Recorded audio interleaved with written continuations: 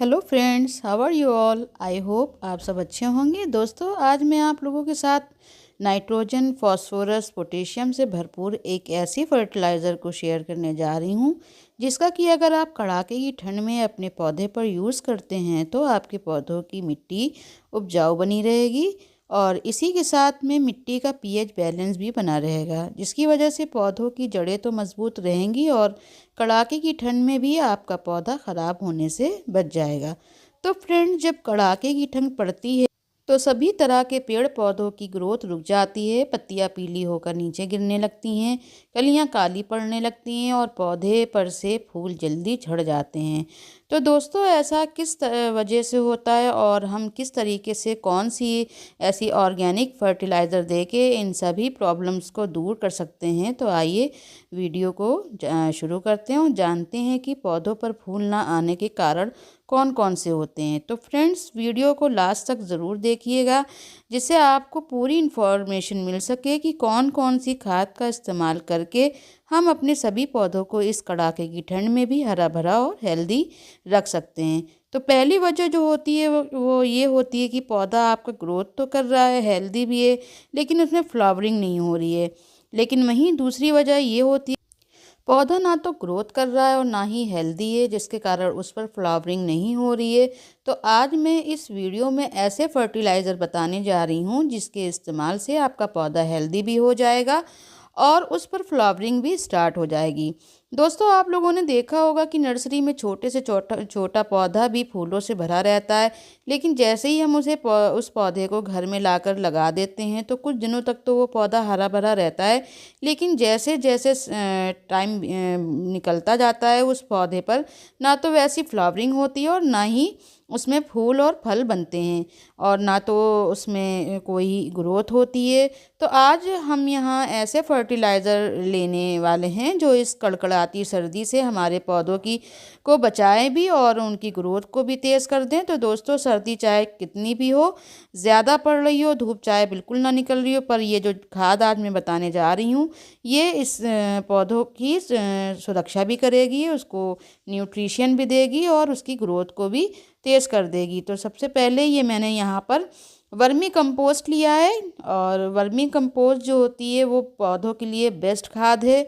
अगर ये आपके पास नहीं है तो आप गोबर की सड़ी हुई खाद भी ले सकते हैं और इसमें बहुत गर्माहट होती है, ये पौधों को सर्दी से बचाने का भी काम करती है और जो माइक्रो मिनरल्स होते हैं, जो माइक्रो न्यूट्रिएंट्स होते हैं, वो सारे इसमें पाए जाते हैं। इसके साथ ही साथ हमें यहाँ पर कुछ ऐसे फर्टिलाइज़र लेने हैं जो पौधे की ग्रोथ को तेज़ करेगी। फूल, फल, सब्जियां सब भरपूर मात्रा में आपके पौधे में इन खादों को डालने के बाद आएंगी और इन खाद में सबसे पहले जो खाद है वो है ये नीम की खली।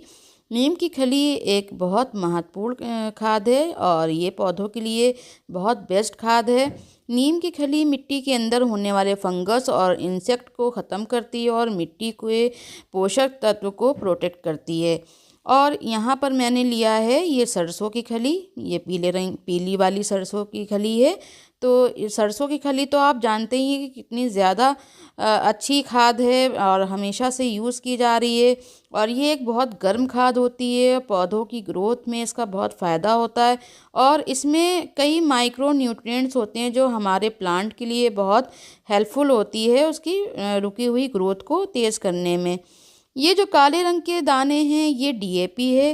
डीएपी यानी कि डाई अमोनियम फॉस्फेट, ये बहुत अच्छा काम करता है फूल वाले पौधों के लिए जिसमें फ्लावरिंग नहीं हो रही है, कलियां नहीं बन रही हैं और कलियां को बनाने में और फूलों के साइज़ को बढ़ाने के लिए ये बहुत अच्छी खाद है। ये नर्सरी पे बहुत आसानी से मिल जाती है और डाई अमोनियम फॉस्फेट यानी कि डीएपी जो होता है ये फूल वाले पौधों के लिए बहुत बढ़िया काम करती है। अब यहाँ पे मैंने जो नेक्स्ट जो खाद ली है वो है ये बोन मील। बोन मील जो होता है वो हड्डियों का चूरा होता है जो कि कैल्शियम और फास्फोरस से भरपूर होता है और कैल्शियम के सोर्स के लिए आप यहाँ पर अगर बोन मील ना लेना चाहें तो आप लकड़ी की राख का भी इस्तेमाल कर सकते हैं। लकड़ी की राख में भी बहुत ज़्यादा कैल्शियम और फास्फोरस होता है। अब ये जो नीले रंग का पाउडर है ये फंगीसाइड पाउडर है फंगीसाइड पाउडर मैं यहाँ पे इसलिए ले रही हूँ कि अगर मिट्टी में कोई अंदर कीड़े हों, इंसेक्ट हों या कोई फंगस लगी हो तो उसको ये ख़त्म कर देगा। और जो ये खादें मैंने ली हैं और जो मैं डालूँगी प्लांट में, तो इसमें इसको भी प्रोटेक्ट करेगा।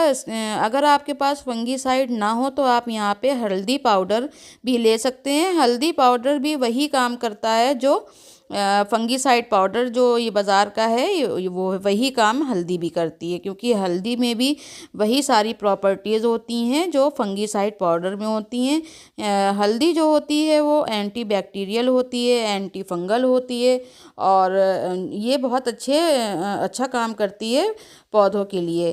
तो अब जितनी भी चीज़ें हैं इन सबको आपस में हम मिला लेंगे, मिक्स कर लेंगे।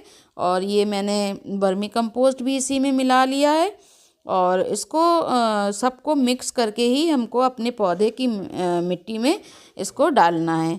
बस 2-2 3-3 चम्मच पॉट के साइज़ के हिसाब से हमें पौधे में देना है। जितने भी फल वाले फूल वाले पौधे हैं उनमें सब में 2-2 3-3 चम्मच। अगर आपका पॉट का साइज़ 10 से 12 इंच का है तो आप 2 से 3 चम्मच ये मिक्स जो खाद हैं इनको सबको आपको देना है।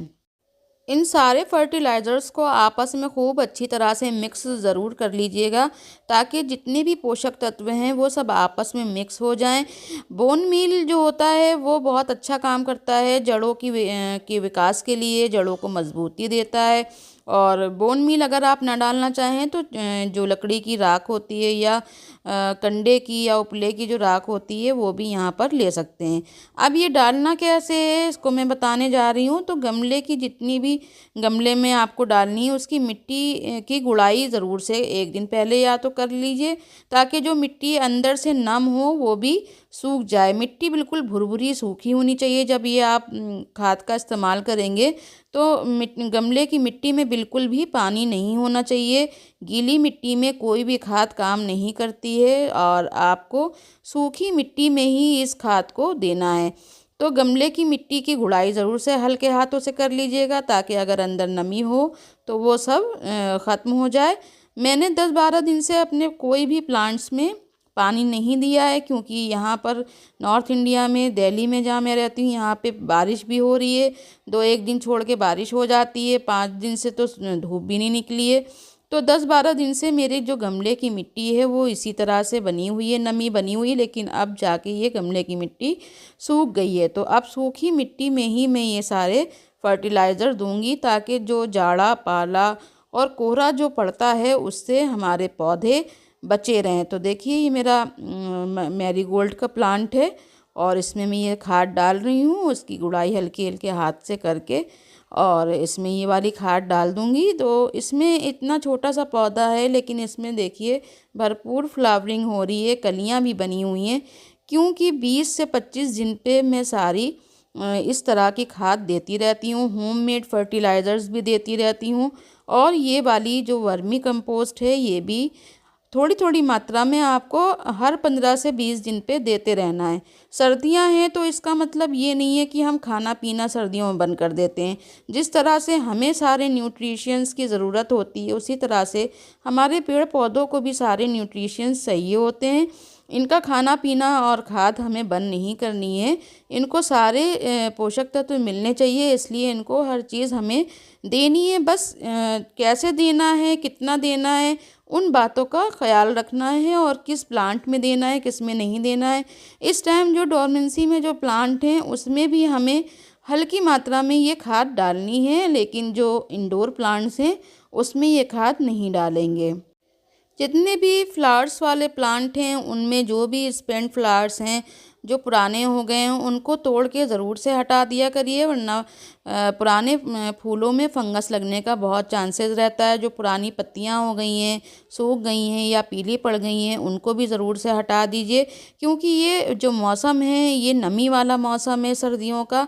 और जनवरी की जो सर्दी होती है उसमें इतनी ज़्यादा नमी होती है, इतना कोहरा और इतना ज़्यादा पाला होता है कि जितने भी पेड़ पौधों के जो पत्ते होते हैं वो गीले गीले से रहते हैं। तो इसलिए जो भी पत्तियां ख़राब हो रही हैं, पीली हो रही हैं, उनको तोड़कर हटा दीजिए।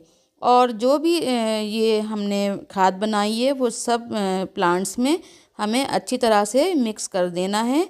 और ये सारी खाद बहुत अच्छी हैं पौधों की ग्रोथ के लिए। सरसों की खली की जो खाद है वो बहुत गर्म खाद है जो सर्दी में पौधों को जीवन दान देने का काम करती है। इससे पौधे की रुकी हुई ग्रोथ तेज़ हो जाती है। और जो नीम की खली है वो पौधों में फंगस लगने से प्रोटेक्ट करेगी।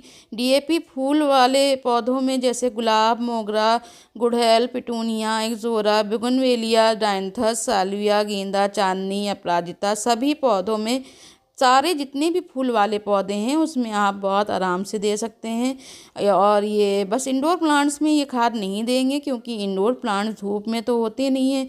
और ये सारे जितने भी फूल वाले पौधे होते हैं वो धूप में ही रहते हैं। तो जितने भी प्लांट्स हैं बाकी सब में आप इस खाद को दे सकते हैं। इस खाद को डालने के बाद आपका पौधा पूरी सर्दी, ओस और कोहरे की मार को सह जाएगा और मरने से भी बचा रहेगा और उसकी ग्रोथ भी अच्छी होती रहेगी। लेकिन इस टाइम यानी जनवरी की कपकपाती ठंड में ये सारी खाद हमें ड्राई फॉर्म में ही देना है क्योंकि नॉर्थ इंडिया में जो इतना ज़्यादा पाला पड़ता है कि यहाँ पर 5-5, 6-6 दिन सूरज नहीं निकलता है। तो इसमें और बारिश भी हो रही है तो हम गीली खाद नहीं देंगे। गीली खाद अगर हम लिक्विड बना के इसका डालेंगे तो जो पौधों की जड़ें हैं वो गल जाएंगी और पौधा वैसे ही सर्दी की मार झेल रहा है। और अगर लिक्विड डालेंगे तो वो और ज़्यादा ख़राब होकर मर जाएगा। तो जितनी भी खाद डालनी है हमें ड्राई फॉर्म में ही डालनी है। और ये मेरा गुड़हल का पौधा है, इसमें भी खूब अच्छी कलियां बन रही हैं, खूब फूल खिल रहे हैं। और ये बहुत अच्छी खाद है। जो जो मैंने चीज़ें आपको बताई हैं ये सारी खाद नर्सरी वाले डालते हैं और खूब उनके पौधों में फूल भी खिले होते हैं और पौधे खूब हरे भरे बने रहते हैं। तो ये नर्सरी वालों की सीक्रेट खाद हैं जो मैंने आपको बताई हैं यहाँ पर। और ये देखिए गुड़हल में कितनी बड़ी बड़ी कलियाँ बनी हुई हैं। सारी ही पौधे की ग्रोथ मेरे बहुत अच्छी हो रही है। ये खाद आप ज़रूर डालिएगा बनाकर। और इसको डालने के बाद आपको वाटरिंग नहीं करनी है, पानी बिल्कुल भी नहीं डालना है। इन खाद को डालने के बाद आपको वेट करना है 2 दिन तक, उसके बाद ही पानी डालना है प्लांट्स में। तो आप देखेंगे कि कितना अच्छा रिज़ल्ट आएगा आपके प्लांट्स में। खूब अच्छी फ्लावरिंग भी होगी, खूब भर भर कर कलियाँ भी बनेंगी और पौधा ग्रोथ भी बहुत अच्छी करेगा। तो उम्मीद करती हूँ दोस्तों आज का वीडियो आपको पसंद आया होगा। अगर पसंद आया हो तो एक लाइक ज़रूर कीजिएगा। और अगर अभी तक आपने मेरे चैनल को सब्सक्राइब नहीं किया है तो ज़रूर से सब्सक्राइब कीजिएगा।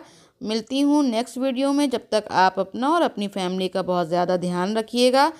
Okay dear friends, thanks for watching.